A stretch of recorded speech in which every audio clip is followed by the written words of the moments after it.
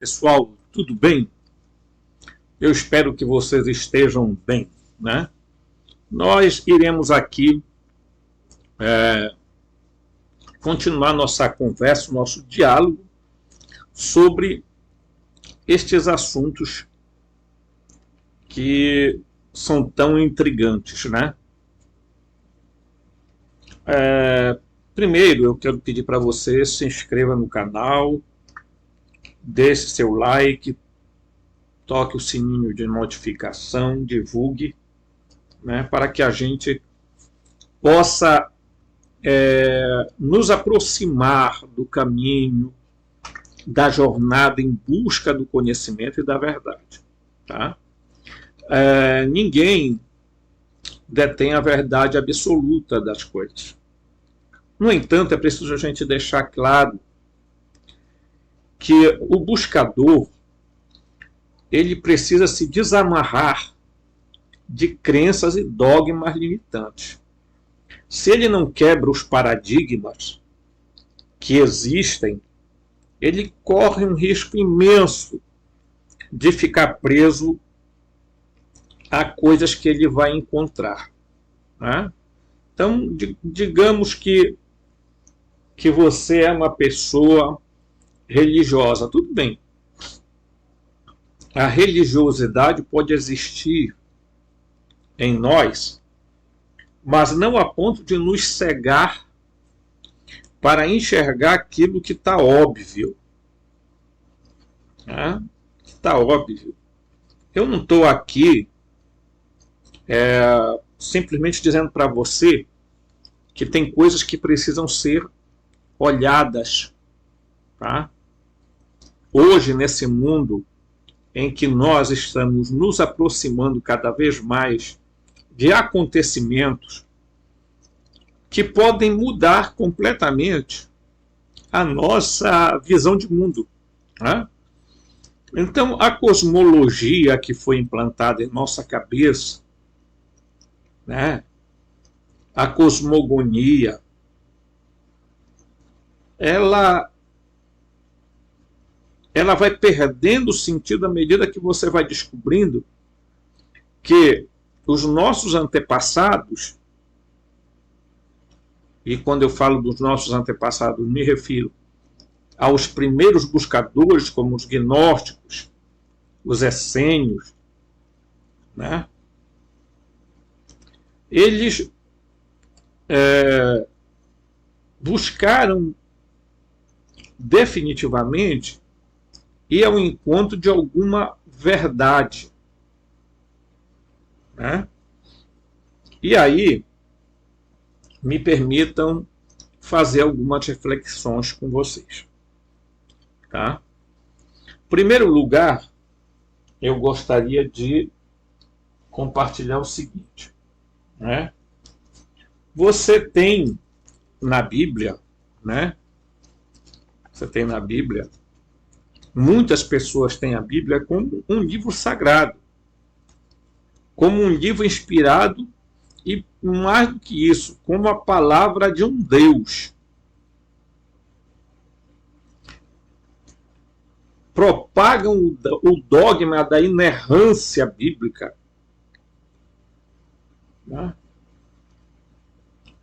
Colocam a Bíblia como regra de fé e moral e costumes. Tá? Evidentemente que é preciso esclarecer algo para você. Não se tem hoje como provar, como comprovar quem escreveu a Bíblia e nem precisamente que data ela foi escrita. A Bíblia sofreu, sim, modificações ao longo do tempo, gente. Essa mentira de que nós temos o texto original. Que texto original?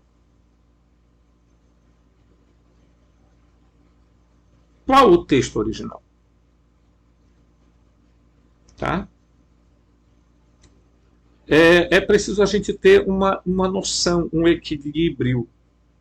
Tá? Eu já falei em outros vídeos que a Bíblia, ela tem, a Bíblia católica, a Bíblia evangélica, elas vão pegar seus fundamentos e traduzem a Bíblia do hebraico a partir da tradução da Stuttgartense, que é do texto massorético. Tá? Do texto massorético. Existe a Bíblia do texto grego, que é chamado de Septuaginta, um conjunto de textos que foram escritos, né? E existe o Pentateuco samaritano. E olha, o texto da Septuaginta se aproxima muito mais do Pentateuco samaritano do que o texto massorético.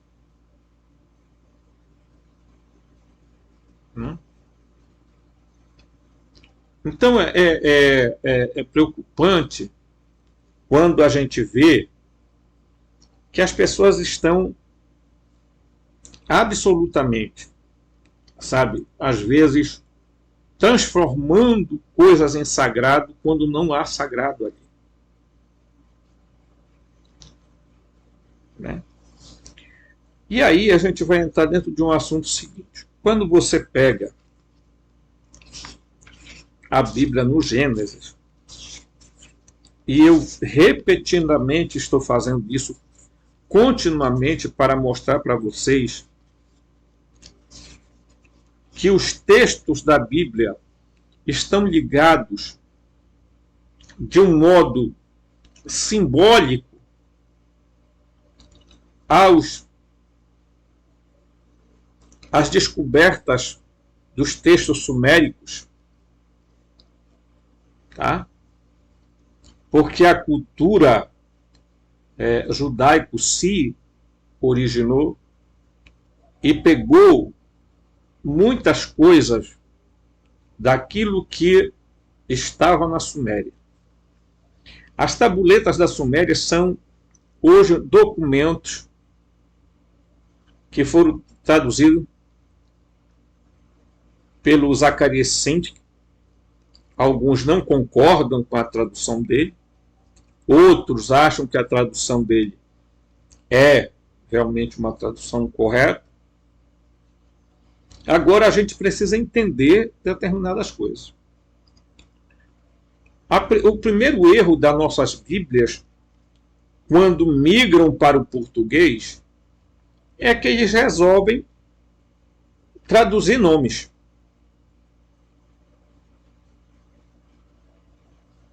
Né? E não somente transliterar. E pior, eles resolvem também fazer comentários teológicos, forçosamente teológicos, para legitimar dogmas e sistemas de fé, sistemas de crenças. Quando você pega a Bíblia, diz: no princípio, Deus criou os céus e a terra. Eu estou com a Bíblia Ave Maria aqui. A palavra Deus aqui é Elohim. Mas como a palavra Elohim significa juízes, deuses, divindades, governadores, poderosos, tá? E a palavra, e é plural também, sempre é plural, tá? Mas o verbo criar está no singular. Então, a gramática hebraica, por causa da gramática hebraica, que ninguém sabe se propositalmente se colocou a palavra criar no singular para forçosamente identificar o plural de Elohim, né, como um sentido de pluralidade majestática. Né? Que é essa interpretação que dão. essa justificativa que ficam dando, tá? E aí nós precisamos então fazer, claro, toda uma reflexão sobre isso, né? Então diz o que o texto? O texto diz que no princípio, e eu já falei aqui que essa tradução no pode ser em princípio, ou em um princípio, ou em por meio de um princípio, ou de um principal, tá? Essa tradução é possível de ser feita, né? E aí nós vamos entrar em alguns detalhes a respeito desse assunto, tá? Que eu quero partilhar com vocês, certo?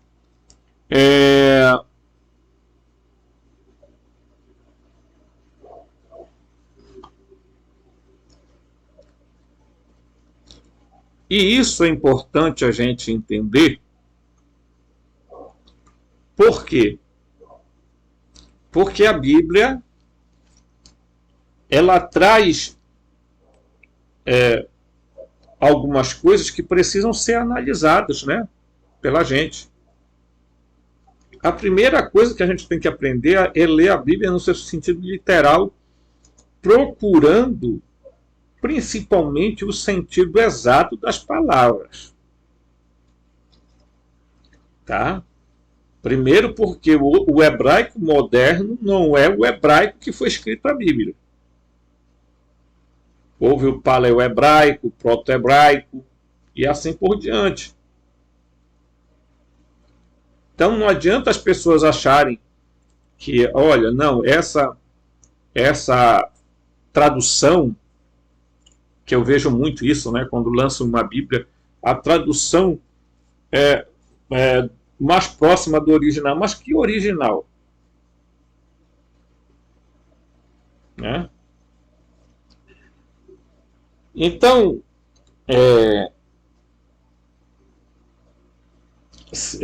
eu vou ler aqui algumas coisas e comentar. Se a Bíblia for lida literalmente, ela não pode ser usada como base de uma religião. Se ela for lida literalmente. Tá? No primeiro capítulo da Bíblia,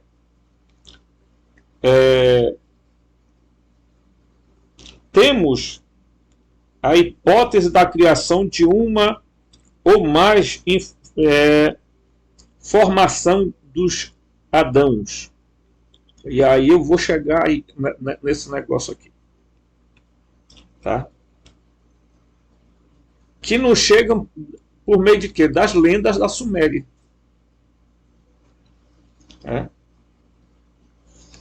E aí é o seguinte, diz o seguinte, isso é importante. Esta foi, na verdade, uma operação de engenharia, tá? Da criação do Adão. Foi uma operação de engenharia genética conduzida pelos Elohim, e hoje se sabe que a mesma descrição nas tábuas da Suméria, eles são chamados de Anunnakis. Tá? Para melhorar a espécie de primatas que existiam em nosso planeta, com o objetivo de torná-los uma raça de trabalhadores destinada a cumprir as tarefas mais ingratas. Olha, você pega o Gênesis, Adão foi colocado num jardim para o quê? Para servir e lavrar, para cuidar do jardim. um serviçal, um empregado. Tá? Por que os gnósticos dizem que os seres que criaram os seres humanos foram os arcontes? Por que Elohim, Anunnaki e arcontes estão interligados? Porque são precisamente os mesmos seres. Os gnósticos descrevem a criação dos seres humanos. Num primeiro momento, os seres humanos foram criados apenas seres psíquicos, almáticos, não tinham corpo físico. Tá? Os Adams.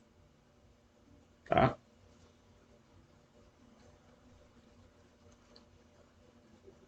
A versão que as tábuas da Suméria nos contam é que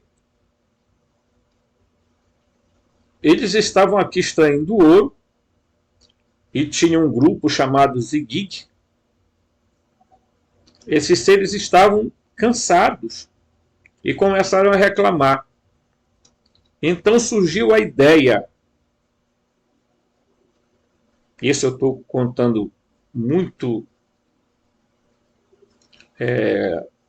quase que de um modo mais expandido, em que, ao criarem ali o ser humano, eles fizeram vários protótipos que não deram certo.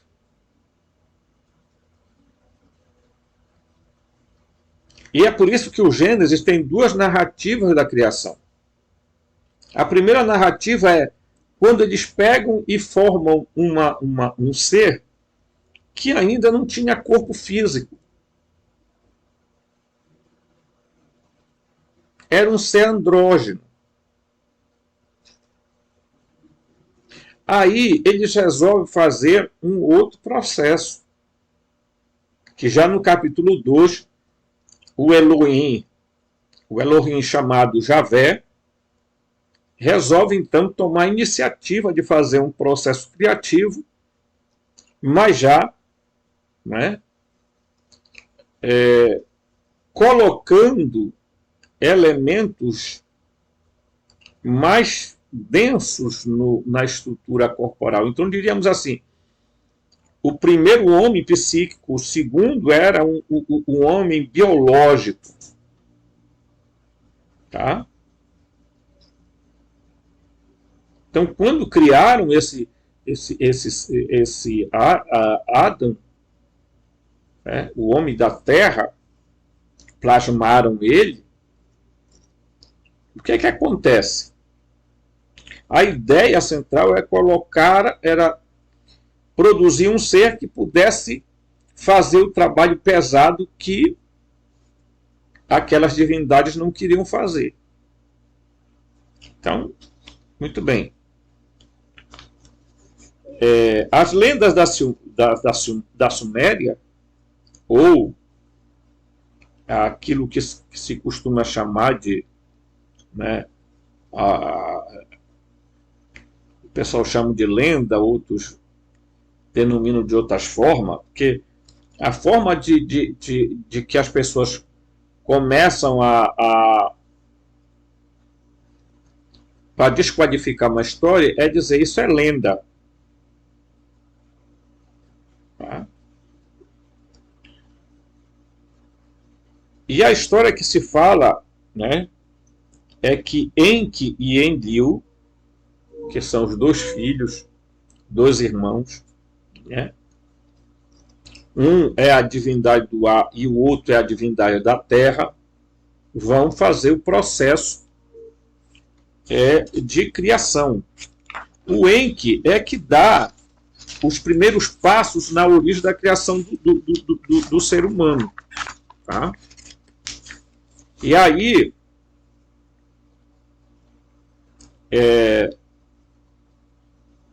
Quando eles começaram a criar, e aí é preciso prestar atenção no Gênesis. O primeiro ser criado, ele não tinha corpo biológico. Então, alguns não conseguiam fechar os punhos, tá? Alguns não conseguiam fechar os olhos.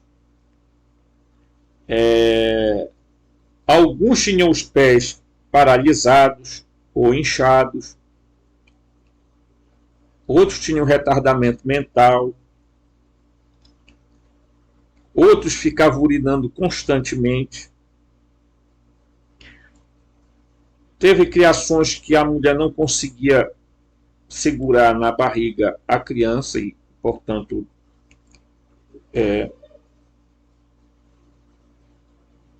foi criado seres sem genitálias. Então, houve uma sucessão de erros de criação. Você observa que o Gênesis, ao dizer que, primeiramente, a criação do primeiro homem, né? E quando você pega a Bíblia, você vai ver que no finalzinho do capítulo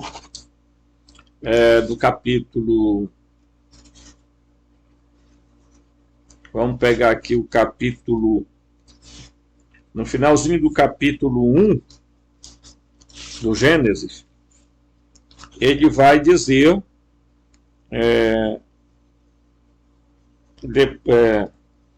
no 1:26 diz assim: então Elohim disse, façamos o homem à nossa imagem e semelhança. Tá? Deus criou, no 27, Deus criou o homem à sua imagem, criou a imagem de Deus, criou o homem e a mulher. Em algumas traduções está macho e fêmea. Tá? Então, esse aqui é o texto da Ave Maria. Tá? Isso aqui é o texto da Ave Maria, mas nós podemos, e eu vou pegar aqui, a Septuaginta, tá? A Septuaginta tá em português. Lá no Gênesis, tá?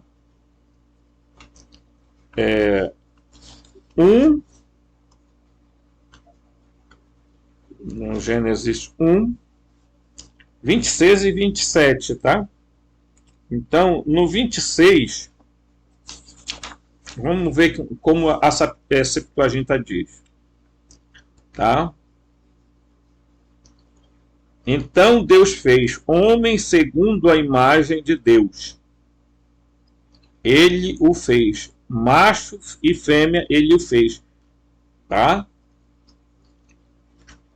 Então, logo aqui no final, então Deus disse, eu farei o homem segundo minha imagem e minha semelhança. A gente está falando no singular, porque Elohim não é singular, é plural. O tradutor aqui disse, vamos mandar ver nessa aqui. Então, Deus fez o homem segundo a sua imagem. Ele fez macho e fêmea, fez Deus, o abençoou. Tá? Então, observem que assim, você pega as traduções, e eu já falei em outros vídeos que é uma coisa meio tradutore traidore em latim. Porque o tradutor ele começa a basear a tradução dele baseado em fundamentos que ele acredita, na crença que ele tem. Tá? Então, quando o texto da Suméria começa a descrever o processo de criação, tem muita semelhança com o Gênesis.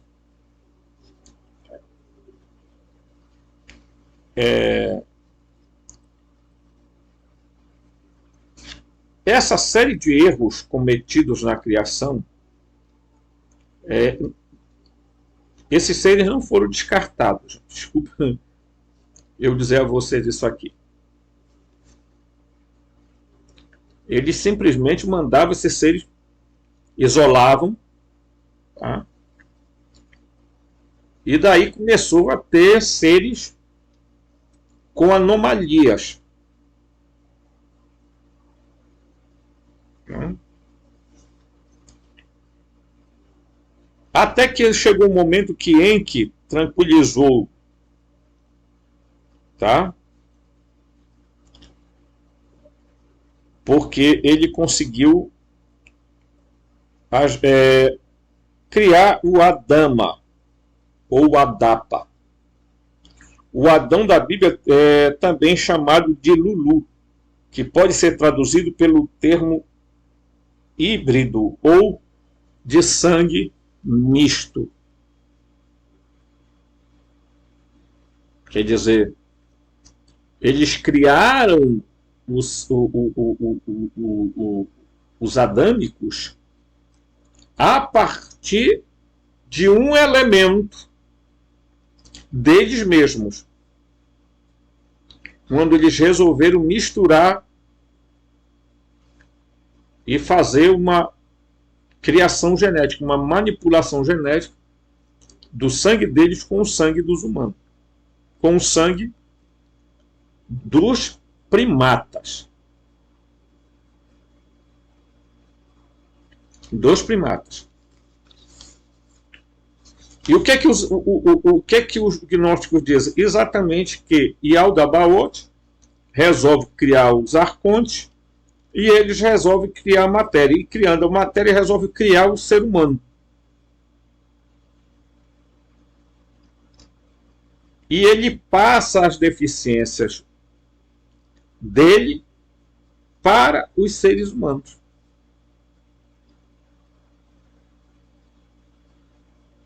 Então não existe pecado original.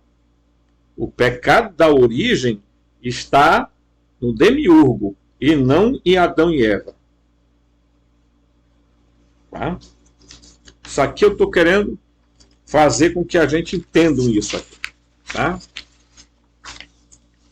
O Anunnaki, para obter o elemento que contém a essência do indivíduo, o DNA, a fim de implantá-lo no hominídeo para fazê-lo evoluir.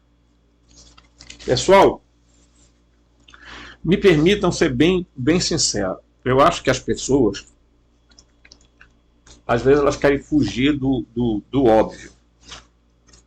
Tá? Esse livro aqui, o livro de Urântia, que hoje tem um bocado de gente fanática que acha que tudo que está escrito aqui é verdade do fé, né?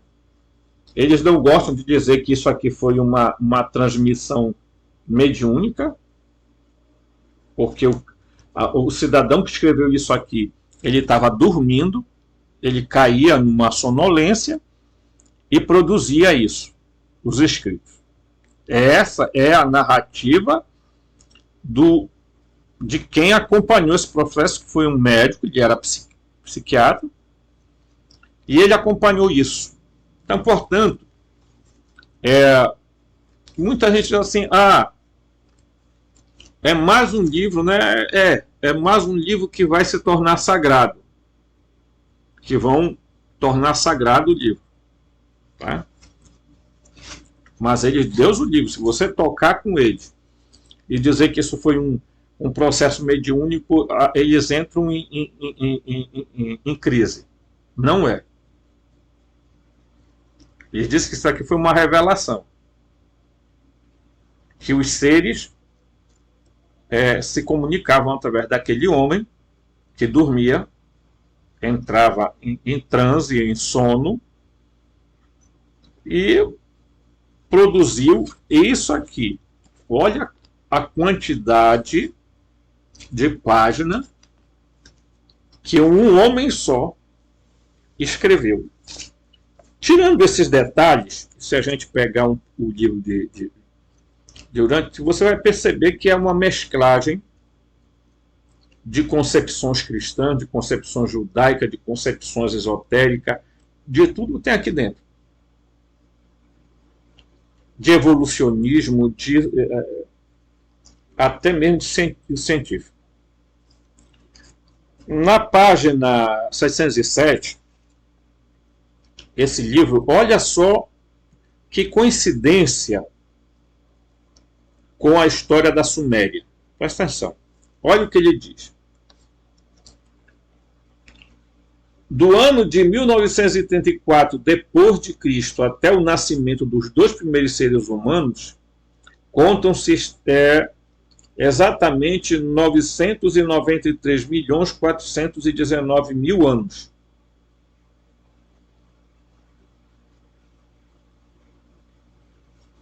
Eles não estão falando aqui de Adão e Eva. Não tem nada a ver. Os dois seres notáveis eram verdadeiros seres humanos. Possuíam polegares humanos perfeitos, como tiveram muitos dos seus ancestrais, e tinham pés tão perfeitos quanto os das raças humanas. Tá? Vou mostrar aqui para vocês que anterior a isso aqui, ó, eles vão falar dos primatas, bem aqui, ó. Tá? Olha aqui, ó. Primatas. Mostrando que os primeiros humanos surgiram dos primatas. Calma aí. Não sai. Fica tranquilo. Né? Você não vai perder a fé. Se você for uma mente aberta, a sua fé poderá até ser ampliada e você vai galgar caminhos de luz. Né? Eles vão descrever nessa página o surgimento dos primeiros seres humanos. Vão falar da evolução da mente humana. Tá? Aí no documento 63, que eu estou só mostrando para dar sentido ao que nós estamos comentando. A primeira família humana. Quem é a primeira família humana?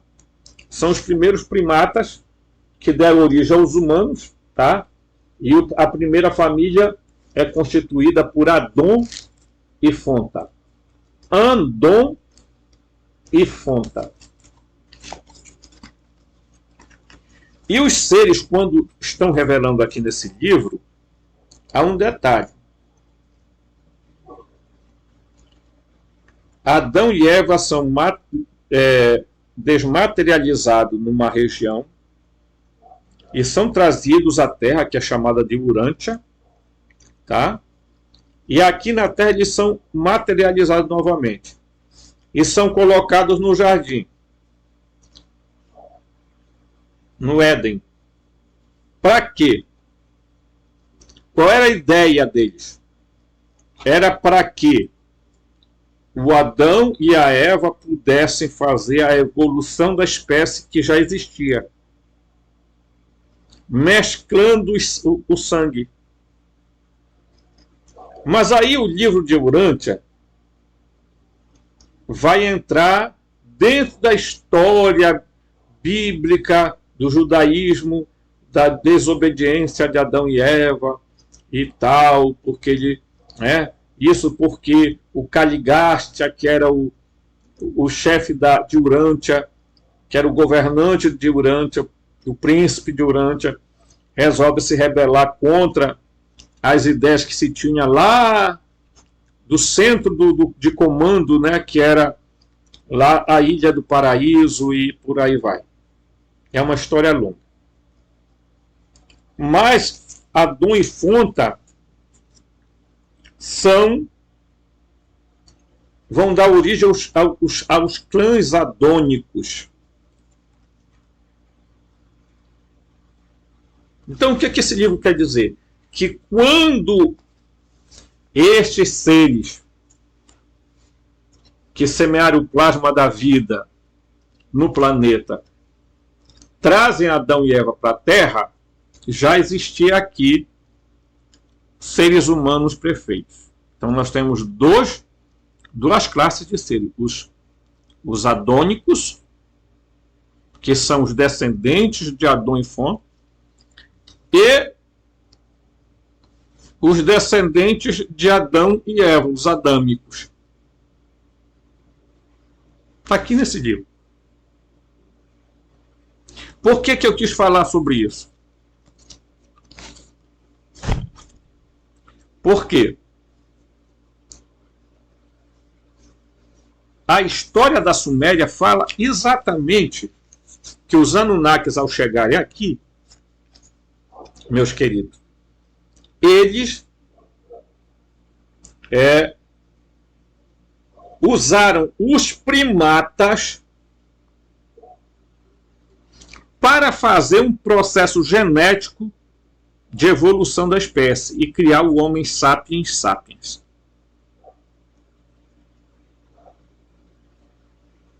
Tá? Se você comparar com o que está escrito aqui, tá? Claro que aqui está cheio de outros contextos e outras histórias que não estão presentes na Bíblia, né? Mas se você pegar o que está escrito aí e pegar o que está escrito aqui, você vai ver que tem muita semelhança. E que podem ser até complementares à história. Porque os Elohim chegando aqui na Terra, eles não... Escuta o que eu estou dizendo para vocês. Eles chegam aqui e começa todo o processo de criação.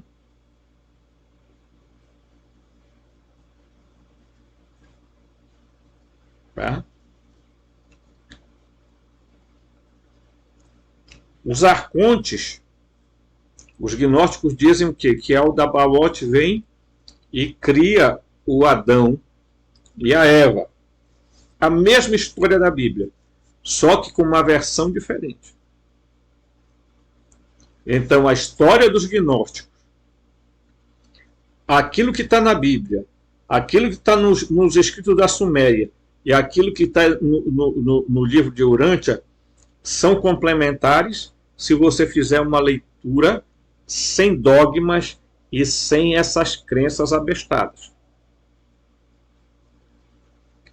Basta você observar o seguinte, que no Gênesis 1, ele vai dizer que vamos fazer o homem, né? Façamos o homem como nós, a nossa imagem e a nossa semelhança. E aí é importante a gente entender o que significa isso, tá? E Elohim criaram o homem à sua imagem, a imagem de Elohim ele criou macho e fêmea, tá? Isso aqui está no capítulo 1.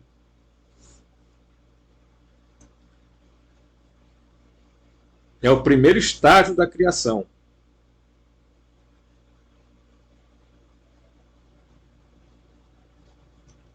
Ali estavam seres puramente almáticos, psíquicos, não tinham corpos biológicos. Tá?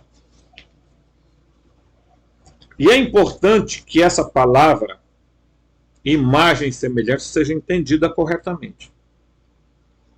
Porque os teólogos quiseram dizer que imagem e semelhança é somente um sentido assim, tá?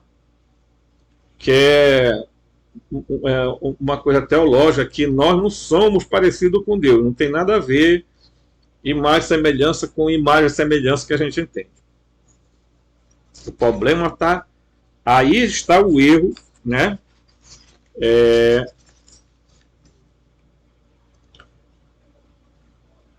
Contido nessa interpretação teológica. Porque diz o seguinte, além disso, o plural usado na palavra Elohim não é insignificante.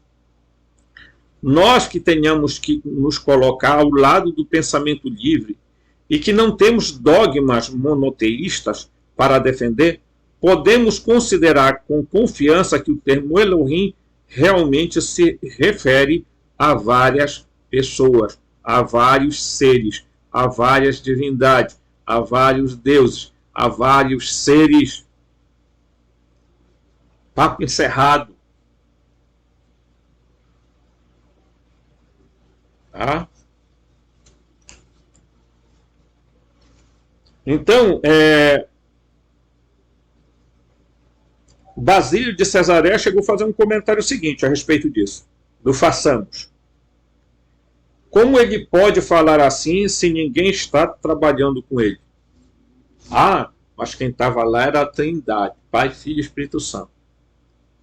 Vejam só que forçação de barra é os teólogos católicos, protestantes, tá? Eu não digo judeus porque os judeus não creem na Trindade.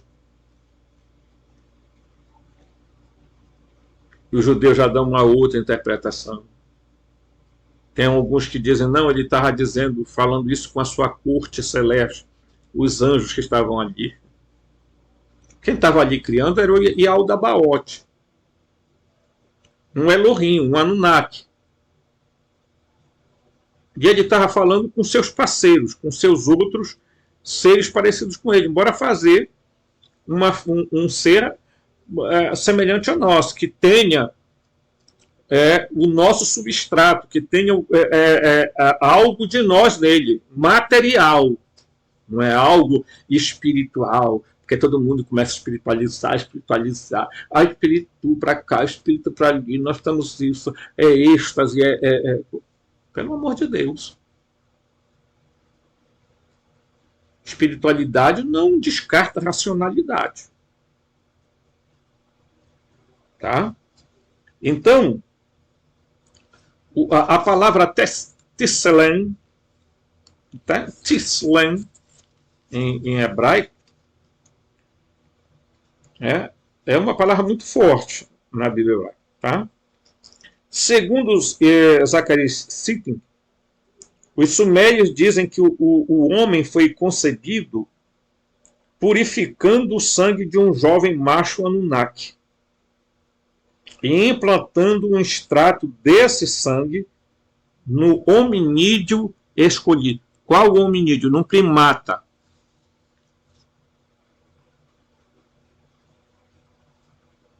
Num primata. Lembram da história lá do livro de Urântia? Adão e Fonte? Nós vamos ter muito vídeo para comentar sobre isso. Tá? Os tradutores gregos da Bíblia Septuaginta, essa aqui, ó. Tá? Então vamos lá. Os tradutores gregos dessa passagem, do Gênesis, na Septuaginta, provavelmente não conheciam as lendas sumérias e nem podiam, de forma alguma, ter conhecimento de qualquer forma de engenharia genética, a razão pela qual eles traduziram da seguinte forma. Como é que eles traduziram? Vamos lá.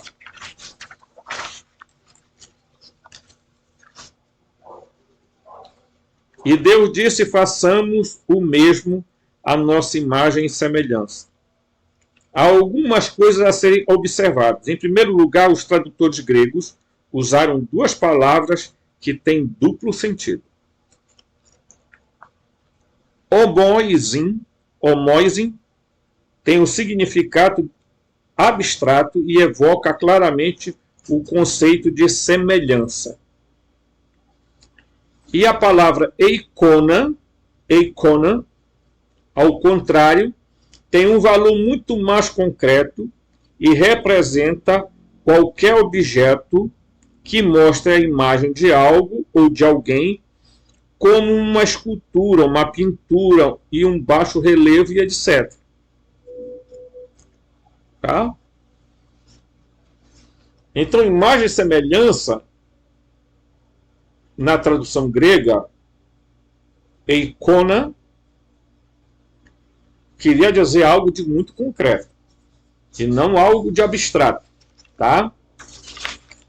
Os tradutores gregos, portanto, mantiveram o mesmo valor para os dois prefixos, que têm significados relativamente diferentes no hebraico. Certo? Portanto, é correto traduzir tá? A frase kata homoisin, que significa semelhança de. Por outro lado, é menos correto traduzir-se Betslamen por kata eikona, porque o significado da palavra hebraica não tem significado de semelhança, mas o significado preciso de com a imagem, ou melhor, com, através, tá? Este material que contém a imagem. Tá? De acordo com o exposto, não teríamos sido criados à imagem dos Elohim, mas com este material de algo que contém a imagem deles. Tá? A imagem dos Elohim, que é uma diferença significativa. Então, nós fomos criados com um material genético que continha a imagem dos Elohim.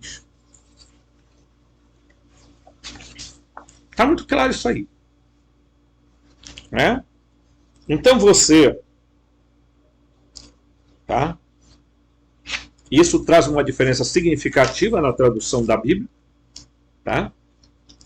Então a palavra tselem, né, não só evoca algo concreto, material, mas também, no sentido original da raiz semítica, a noção de separado, de extraído de.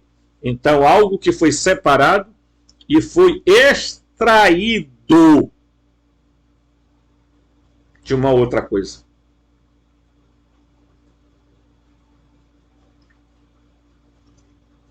Tá? Nós, né, também pode ser traduzido como cortado e extraído. Né? Então, o ser humano, o adâmico, foi cortado e extraído de um outro ser. Muito bem.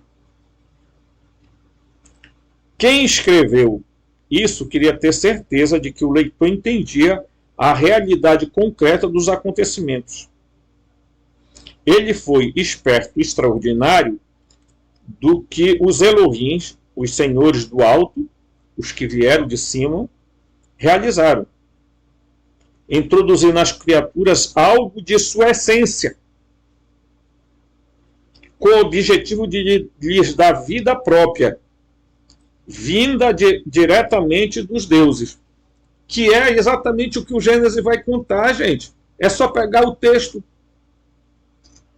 Quando no capítulo 2 o Elohim, chamado Javé, faz o homem biológico, ele sopra. Aquilo ali tem sentido de passar algo da natureza do ser para dentro do outro.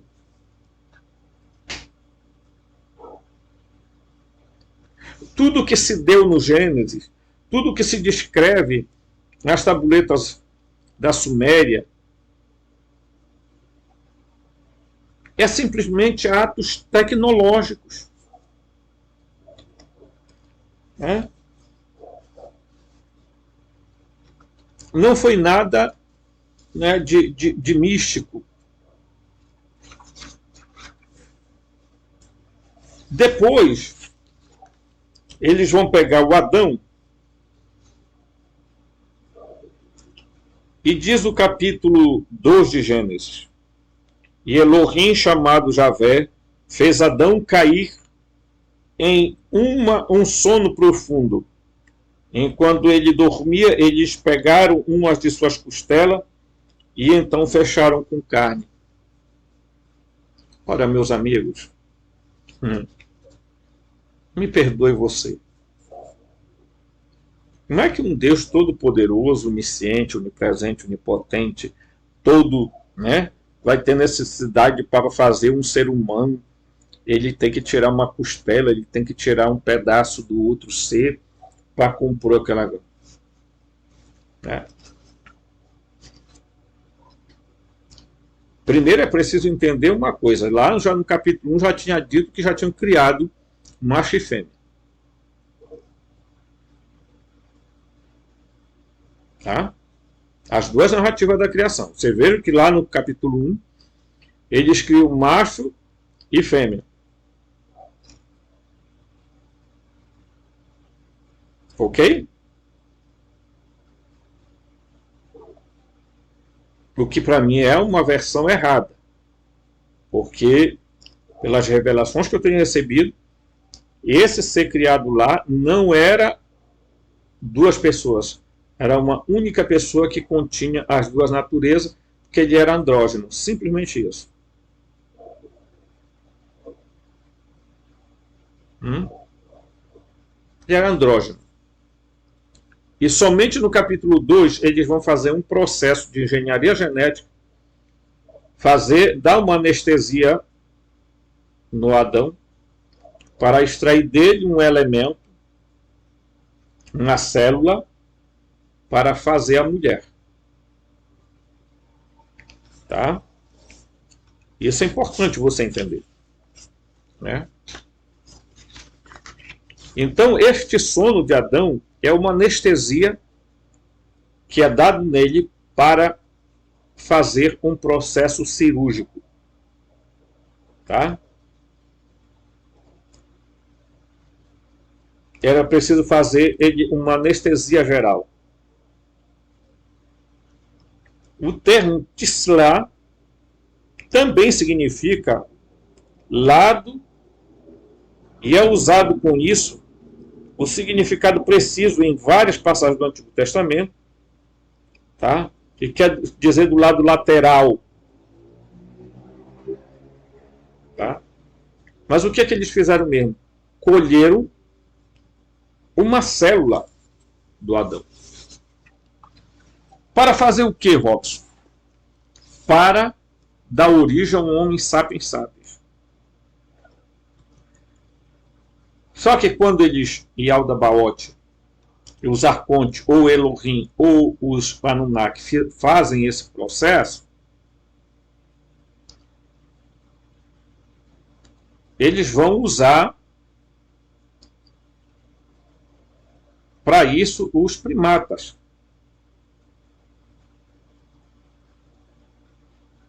E aqui no livro de Urântia diz que existiam dois casais já em estado perfeitos humanos, que era Andon e Fonta,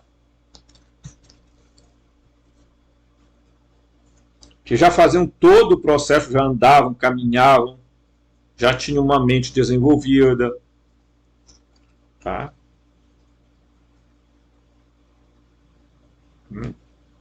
E é importante, e eu quero fazer jus a isso, eu vou mostrar aqui para vocês, que a Bíblia chamada, tá, como são muitas Bíblias, gente, né? Eu tenho que estar pegando aqui. Tá? Então, quando você pega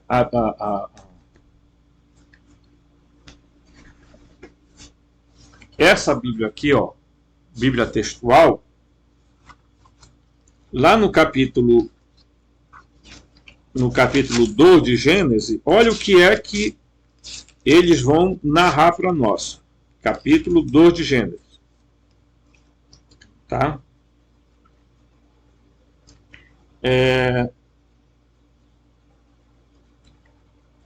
No versículo 7, e do pó do solo formou Elohim o homem. Lá no capítulo 1 já tinham criado. E insuflou em suas narinas o fôlego de vida. E o homem chegou a ser uma alma vivente. Chegou a ser. Tá?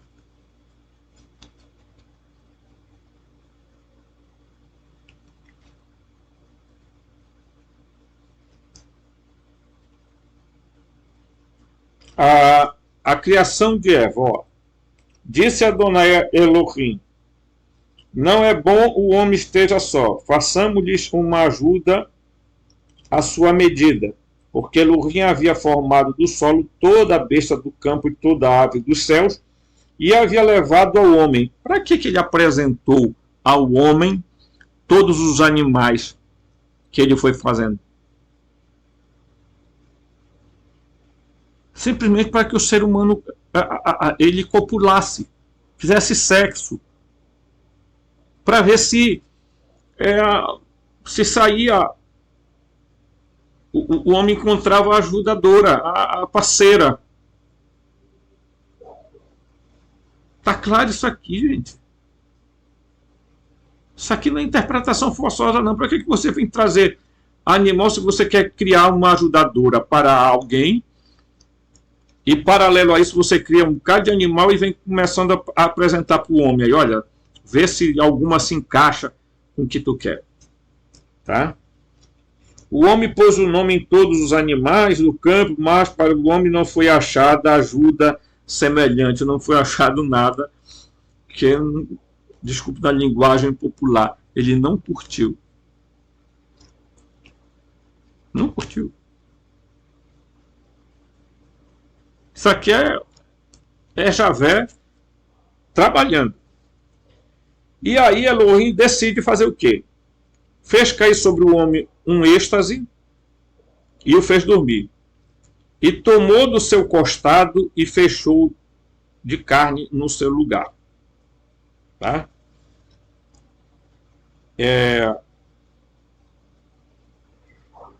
Que eu estou aqui procurando a palavra costado. Tá? Tomou, chama o local de lado, do costado. Tá? Do costado.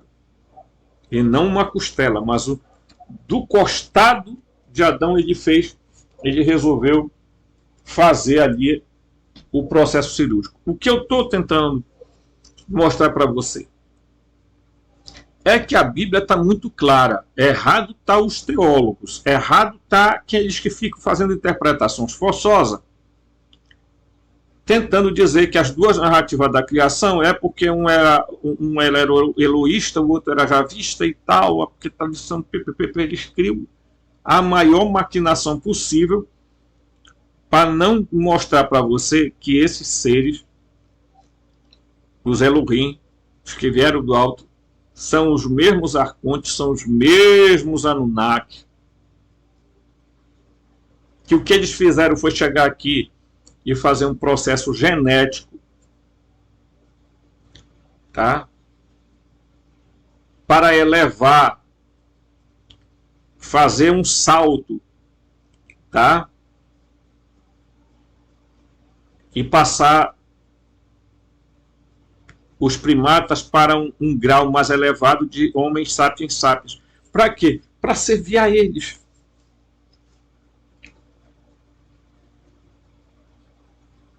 Para ser escravo, para trabalhar para eles. Vocês acham que nós estamos fazendo o que aqui na Terra? Estamos trabalhando para eles.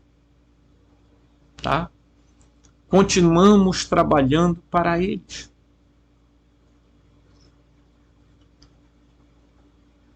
Isso aqui é importante a gente decifrar. Tá?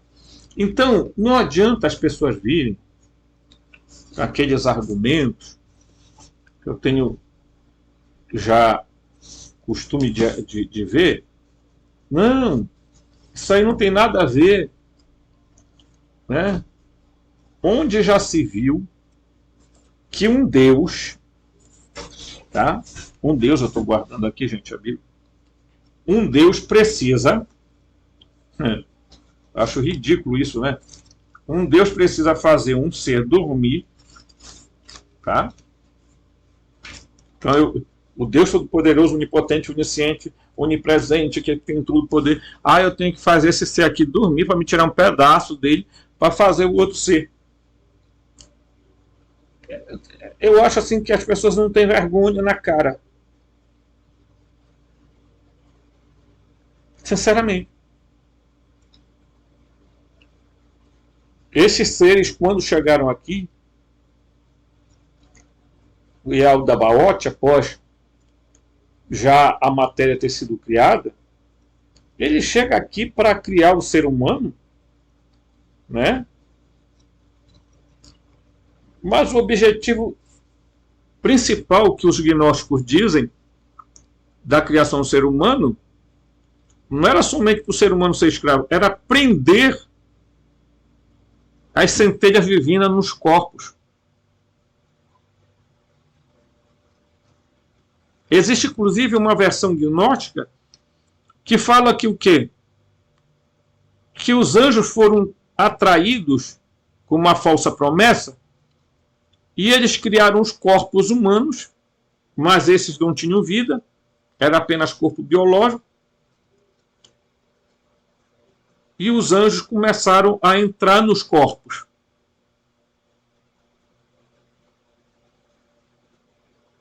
Que nós vamos comentar sobre isso. Mas por que é que o livro de Urântia vai dizer que tem os primeiros humanos e que Adão e Eva vão chegar aqui na Terra, tá? Trazidos de Edêntia, salvo engano, chega aqui com numa espécie de nave e aqui eles são materializados de novo, se desmaterializar eles lá para trazer eles para cá, materializam aqui. Mas por causa da desobediência dele, eles têm filho, Caim, o Abel, que a gente sabe muito bem. Caim e Abel são gêmeos. A questão é que um é filho de Aldabaote, de uma relação forçosa com a mulher. E Abel é filho de Adão. Né? É tão incrível essa história e é tão real que ele não quis punir o Caim, ele apenas disse que ia deixar uma marca em Caim. Tá? Que marca é essa?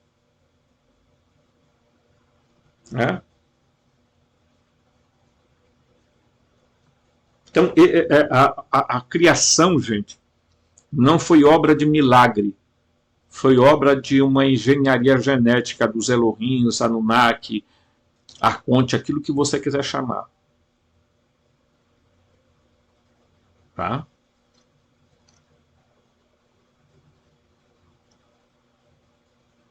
A narrativa do Gênesis precisa ser interpretada, colocado literalmente a partir da cultura que existia naquela época.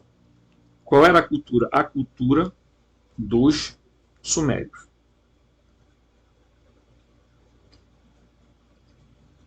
Tá? E olha, eu quero aqui deixar uma prévia para vocês de uma coisa. Vou mostrar aqui para vocês. Tá? Aqui para vocês uma coisa muito interessante. Tá? Isso aqui tudo eu já mostrei para vocês. Né? Mostrando que o universo do Demiurgo, tá? Mas eu quero mostrar algo muito interessante para vocês. Isso aqui também nós já explicamos tá? Mas isso aqui eu quero mostrar, digamos assim, para que a gente veja melhor. Eu vou aproximar aqui. Olha só. Tá? Então, vejam bem. Esse aqui é o super universo, o universo de luz, que é o Pleroma.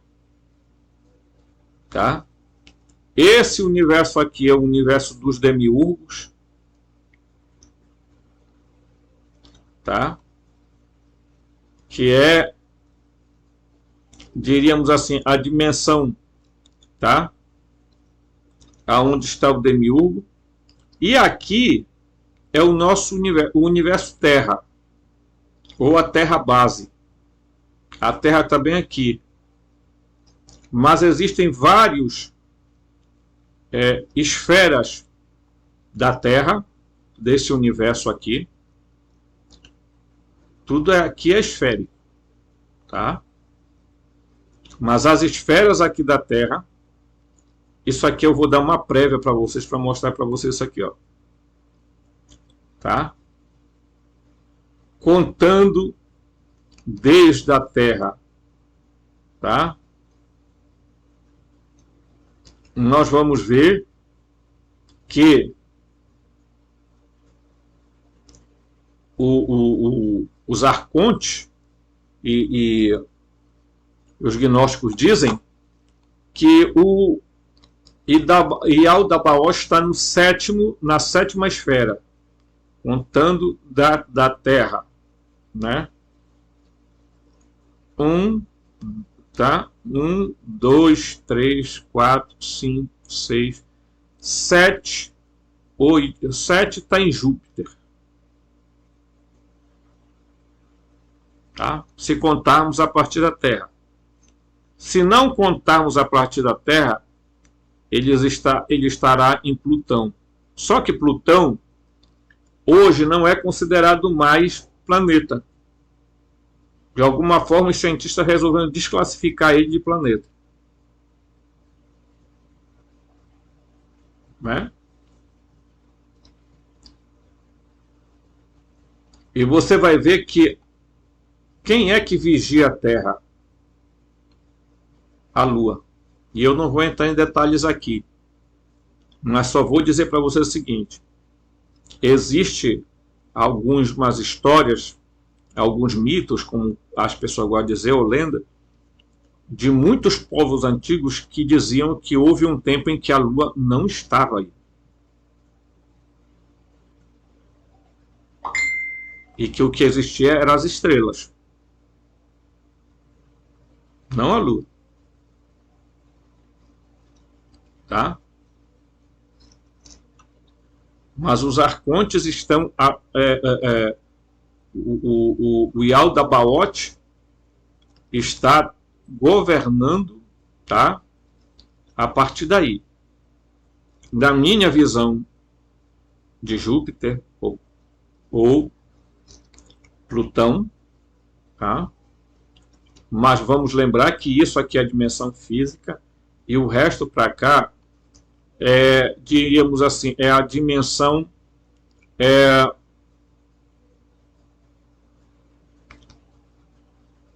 psíquica, a dimensão astral da Terra, do universo Terra. Certo? Mas eu vou passar aqui à frente só para a gente concluir, mostrando para vocês que essa compreensão que os judeus tinham de que existia até um sétimo céu, tá? Que era no sétimo céu que estava sentado o Deus do Antigo Testamento, o Javé, governando do sétimo céu. Vou mostrar isso aqui no próximo, talvez esteja aqui. Está aqui, ó. Essa era a ideia aqui, ó. Tá? De que no terceiro céu estava o paraíso, essa é a compreensão. Aí aqui no quarto estava o Sol e a Lua. No quinto céu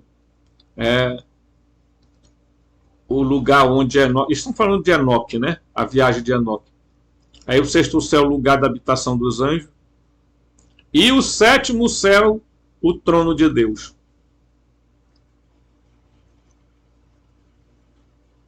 De que Deus? Os gnósticos dizem que quem está aqui nesse sétimo céu sentado, governando, é o Demiurgo, o Yaldabaoth, que também é chamado de Javé, Jeová, Alá, Brahma, Jabulon, Gadu. Isso aqui, ó. Então os próprios cristãos hoje afirmam e têm essa visão, né? Eles tentam mostrar que aqui o terceiro céu é o paraíso, porque eles dizem que foi que Paulo diz, eu subi até o terceiro céu e ppp e viu não sei o que lá, né? Só que todos esses céus, todos, daqui até o sétimo, são governados pelos arcontes. E quem está governando bem aqui é o Yaldabaoth. Do oitavo céu em diante, né? No oitavo céu está Sofia e o Cristo. Tá? Então, em cada esfera dessa aqui, há seres imundos, tá? Que, certo? Vivendo.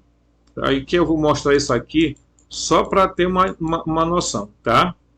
Olha só. De novo a mesma história. Trono de Deus e do Cordeiro, aqui no sétimo céu. Não, o Cordeiro não está aqui. Jesus Cristo não saiu daqui para cá para o sétimo céu. Ao contrário, ele está acima do sétimo céu, no oitavo céu, junto com Sofia, exercendo um governo que está sobre, tá? Porque no sétimo céu está governando a divindade, tá? Chamada Yaldabaoth, tá? É chamado de Javé. Aqui no sétimo céu ele está realmente sentado. E esses outros aqui, todos são governados por arcontes. Tanto é verdade que o apóstolo Paulo vai dizendo, nós não lutamos contra a carne e sangue, mas contra principados e potestades espalhados pela atmosfera.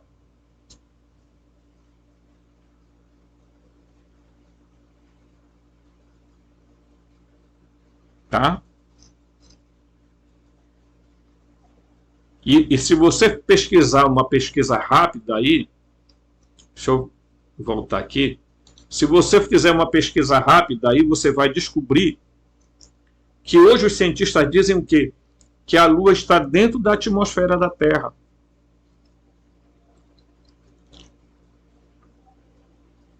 O que são os planetas ou os astros? Eles são extensões da Terra base.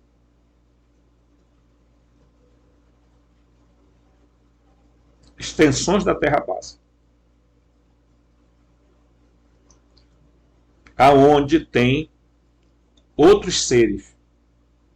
Esses seres têm corporeidade, tá?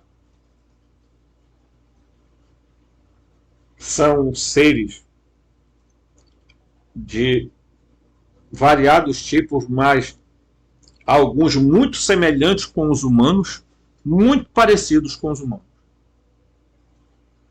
Outros nem tanto, tá? Porque vamos lembrar que quando esses seres criaram aqui os humanos, se criou algumas criações foram totalmente deficitárias, se criou híbridos, se criou metamorfos, se criou uma série de seres, tá? Então, a Terra que nós chamamos hoje, ela é ela é a base das extensões desses astros, tá? E aí isso tudo forma o universo Terra. O outro universo é o universo, tá? De Javé. E o outro universo é o super-universo, que é o universo da luz, que é o universo do pleroma, que é aonde estão as deidades realmente verdadeiras, tá? E que não estão distantes dos seres humanos, como não estão distantes dos outros seres. Os seres que estão vindo à Terra, que vinham com muita frequência, a Terra não vem mais, por quê? Porque essas esferas, tá? Elas, ao longo do tempo, foram se mexendo como uma engrenagem de relógio, E portais foram fechados, e aí não tem como eles passarem para o lado daqui. Mas saiba que você e eu fomos criados como partes desses seres. Nós temos em nós parte desses seres. Inclusive, nós temos 12 pares de DNA, mas somente 2 funcionam. Por quê? Porque por algum motivo que não se sabe, os outros estão simplesmente desligados.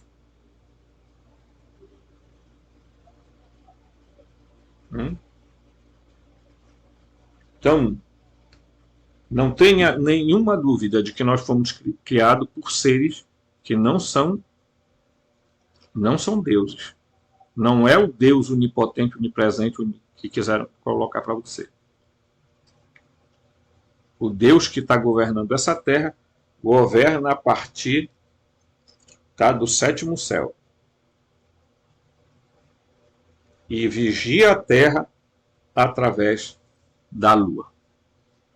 Mas isso fica para um próximo vídeo. Forte abraço e a gente volta logo, logo com muitas coisas para a gente refletir.